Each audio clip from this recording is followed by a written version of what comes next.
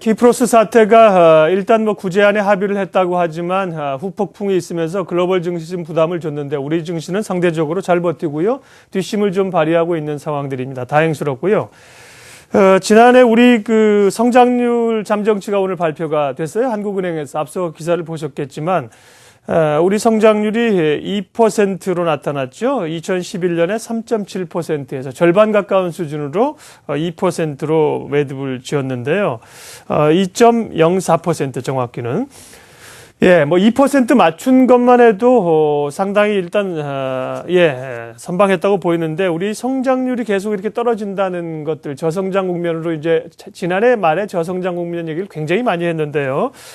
자, 우리가 잠재 성장률을 높여야 하는 문제들 길게 좀 생각해보고 주식시장에서도 함께 생각해봐야 됩니다.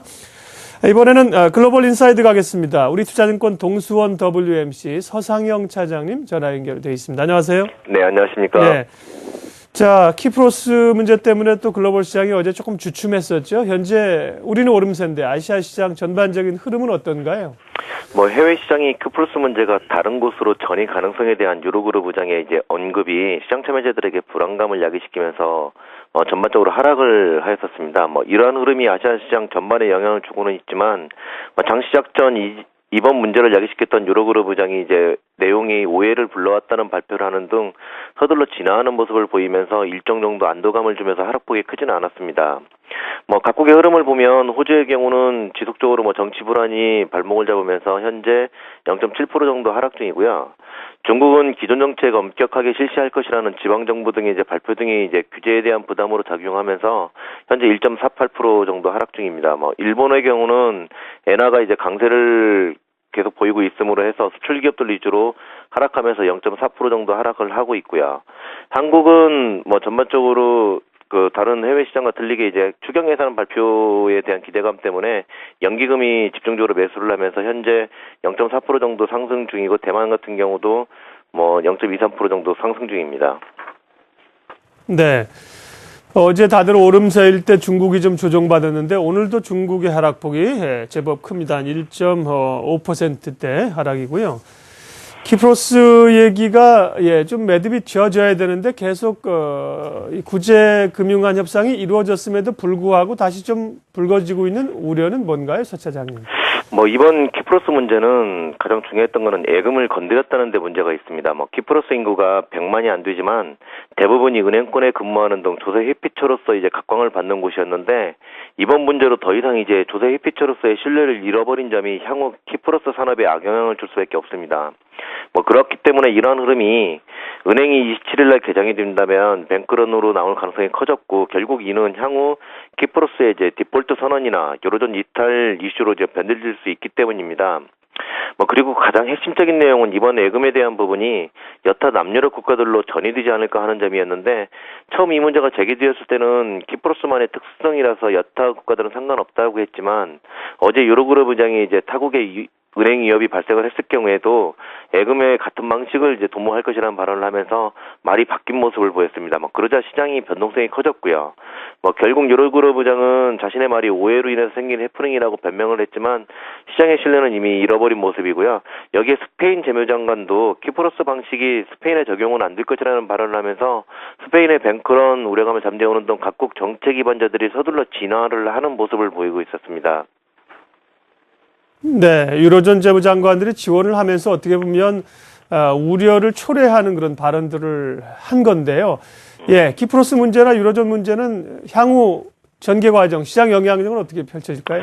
일단 이 문제가 여기서 확대 재상산되기에는 어제 ECB가 키프로스 은행권의 유동성 공급을 지속적으로 하기로 하였고 러시아가 차관을 연장하고 이자율도 낮추는 등 키프로스 문제에 대한 해결 의지를 좀 표명하고 있었습니다. 오히려 이러한 흐름이 은행의 구조조정을 앞당길 수 있는 모습이 될 수 있음에 보여주고 있는데요. 즉 예금주들이 자신의 자산을 되도록이면 안전한 은행으로 이동을 하기 위한 소동은 좀 벌어지겠지만 그러한 흐름이 결국 부실은행들이 자기 자본 재조정에 박차를 가해서 은행 건전성이 좋아질 가능성이 커지고 있을 수 있기 때문입니다. 다만 이 문제가 서서히 개선되지 않고 급작스럽게 시장에 유입이 된다라면 다시 한번 좀 큰 변동성을 보일 수 있겠지만 좀 중장기적으로는 오히려 복이 될 수 있는 구조가 될 수 있습니다. 예, 이제 오늘 밤 글로벌 증시 이슈나 투자 전략을 알아보죠. 버냉키 의장의 런던 정경대 연설은 중립적인 걸로 끝이 났고요. 예, 향후 주목사항 전략 말씀해 주십시오. 오늘은 여타 문제보다는 미국의 세 가지 경제 지표가 시장에 영향을 줄 것으로 여겨지고 있습니다. 먼저 내구재 주문인데 전달에는 항공기 주문 감소로 위축되었지만 핵심 주문은 증가를 했기 때문에 이번 달에도 좀 좋은 모습을 보이면서 작년 말 위축됐던 제조업의 부활을 이야기할 것입니다.